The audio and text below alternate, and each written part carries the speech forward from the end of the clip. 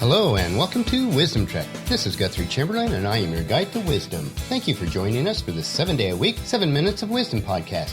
This is day 37 of our trek, and in honor of Independence Day in the United States, Friday we started a 5-day series of episodes where we are going to consult one of our founding fathers in the United States, Benjamin Franklin, who is known for his wisdom and practical sage advice. Today we are recording our podcast in our studios from the Big House in Marietta, Ohio. We are looking forward to being back at home too for about 12 days to be working on some projects there before returning to the Big House in mid-July for a little over 3 weeks. We have a lot planned for the remainder of this summer, and my hope is that you are living your life to the fullest also. Regardless of what you may have planned, make sure that you plan to enjoy every moment. Life slips by all too quickly for us, and make sure that you plan to listen to a Wisdom Trek. We would appreciate that. And on our trek today, we finish up the examination of our 85 practical tips written by Benjamin Franklin called The Way to Wealth. In order to keep the daily wisdom trek to near 7 to 8 minute length, I did split up the remaining tips over a few days, so it was one day longer than what I originally expected. I hope that you don't mind, and we want to keep our wisdom nuggets short and digestible. So let's venture on our trail today as we examine steps 72 through 85.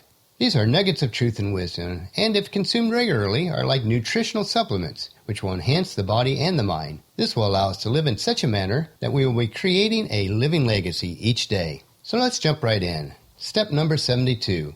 Lying rides upon the debt's back. As we think about our hiking analogy, debt becomes a heavy backpack, but instead of the backpack being filled with essential gear needed to make our trek both safe and enjoyable, it is filled with useless items and rocks that weigh us down, with providing little benefit. We then have to lie to ourselves and justify the burdensome life that we have chosen when we decide to borrow needlessly. Number 73. 'Tis hard for an empty bag to stand upright. Now, if your life is an empty shell without value and substance, then it is difficult to stand strong when the winds of life blow. We need to have a strong internal moral compass, a compass or a code of values that we live by. We must have integrity, that we never compromise. As mentioned in Proverbs 10:9, people with integrity walk safely, but those who follow crooked paths will be exposed. Number 74. Creditors have better memories than debtors. If you borrow money, never lie to yourself that you won't have to pay it back or that the loan somehow will be mysteriously forgiven. Although we may conveniently forget, those that loan us money will not. Number 75. The borrower is a slave to the lender, the debtor to the creditor. Noel Ben took this one straight from the Bible. Anytime you put yourself into subjection of another person or organization, for any purpose, you volunteer to become their slave or their bondservant. To my knowledge, no one can ever force you to borrow money. You may feel that you have no choice, but that is one of the lies that we tell ourselves. We may choose to borrow, or we can choose to radically change our lives to a new paradigm and not borrow money. Proverbs 22:7 says, "Just as the rich rule over the poor, so the borrower is a servant to the lender." And this is so true. Number 76. Disdain the chain, preserve your freedom, and maintain your independency. Be industrious and free, be frugal and free. Now in this saying from Ben, debt becomes a chain that binds us so that we are no longer free. To be free, to remain independent, work a lot and spend a little. There is no alternative. Number 77. Poverty often deprives a man of all spirit and virtue. And poverty is often more of a mindset than a reality. You can have very little, as far as material means, and yet be vibrant and alive. If you are in poverty, especially if it's from your own doing, then it will drain you of your dignity and strength. The good news is that no one needs to remain in this state. Today can be the beginning of a new way of living. Number 78. Creditors are a superstitious sect, great observers of set days and times. Now, if you've ever been in financial trouble, you'll know all too well that creditors never forget what day it is. When it's time to collect, they never miss a deadline. Number 79. Those have a short Lent who owe money to be paid at Easter. Now, when you know a payment is coming due, and you do not have the money to make the payment, it is hard to enjoy the seasons of life. So start the change today, so when times of celebration do come, you can choose to enjoy them without all the burdens. Number 80. For age and want, save while you may, no morning sun lasts the whole day. Now, one principle that is lost on many in today's society in both business and personal life is neither the good times nor the bad will last forever. If you do have a prosperous season in life, save back some of that gain, because difficult times will come and you will need that reserve. Life is like the seasons of the year. It will go through cycles, so make sure that you're prepared. Number 81. Gain may be temporary and uncertain, but ever while you live, expense is constant and certain. This ties back to number 80, but you will have times of plenty and of want. Prepare during the times of plenty so that you can survive the times of want. Then you can rest with ease, knowing that you will survive without too much difficulty. Number 82. 'Tis easier to build 2 chimneys than to keep one in fuel. Building something has a start and an end date, and usually a fixed cost. Too many times we do not count the ongoing cost of what we spend. I have seen many a person buy a house because they could afford the payment, but as soon as ongoing maintenance starts, then they can no longer afford to maintain it.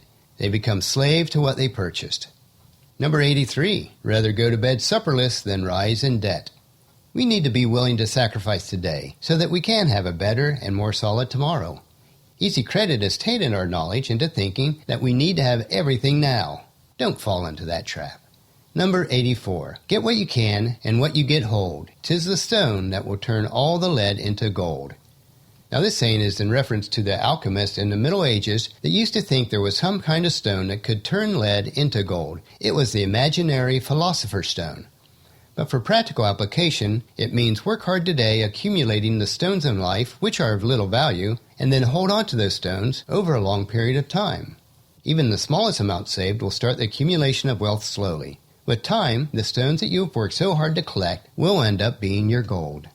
And our final one of Ben's sayings is number 85. Money has never made man happy, nor will it. There is nothing in its nature to produce happiness. The more of it one has, the more you want. Now our happiness and satisfaction in life will never come from money, nor the things that money can buy. That is why it is not wise to go into debt to purchase stuff. Money in itself is not the problem, it is our focus on money. Money gives us choices. Money allows us to have a greater impact on our world for good. But borrowed money provides neither, as illustrated in 1 Timothy 6:10. For the love of money is the root of all kinds of evil. And some people craving money have wandered off from the true faith and pierced themselves with many sorrow. Hope you enjoyed the last few days of our sayings as we covered The Way of Wealth by Benjamin Franklin. And that'll finish our podcast for today. And if you missed any of the previous episodes in this series, please go back and check them. Or if you missed any episodes at all from Wisdom Trek, they're available on iTunes, Stitcher, or at wisdom-trek.com. Tomorrow we'll start a 2-day series about how to discover the secret sauce of success. And I have to tell you, that sauce is not found at McDonald's or Burger King. So please check in our camp tomorrow for another day of Wisdom Trek, creating a legacy. And if you enjoy these daily doses of wisdom, I encourage each of you to help us out in the following 4 ways. Please leave us feedback on the podcast at wisdom-trek.com. I'd appreciate that. Number 2, if you've not done so already, please subscribe at iTunes or Stitcher so that Wisdom Trek will be downloaded to you automatically each day. Number 3, if you have previously left us a rating, I do thank you for that, but if not, go to iTunes or Stitcher. I'd certainly appreciate your feedback, and it'll help us to gain exposure for other listeners. And then number 4, spread the word to everyone you know to join us on our Wisdom Trek. I thank you for allowing me to serve you in this way. The journal for this podcast can be found at wisdom-trek.com, where we have pictures, sayings, wisdom nuggets, and free resources. As we take this trek together, let us always live abundantly or fully, love unconditionally, listen intentionally, learn continuously, lend to others generously, lead with integrity, leave a living legacy each day. This is Guthrie Chamberlain, reminding you to keep moving forward, enjoy the journey, and to create a great day. See you tomorrow.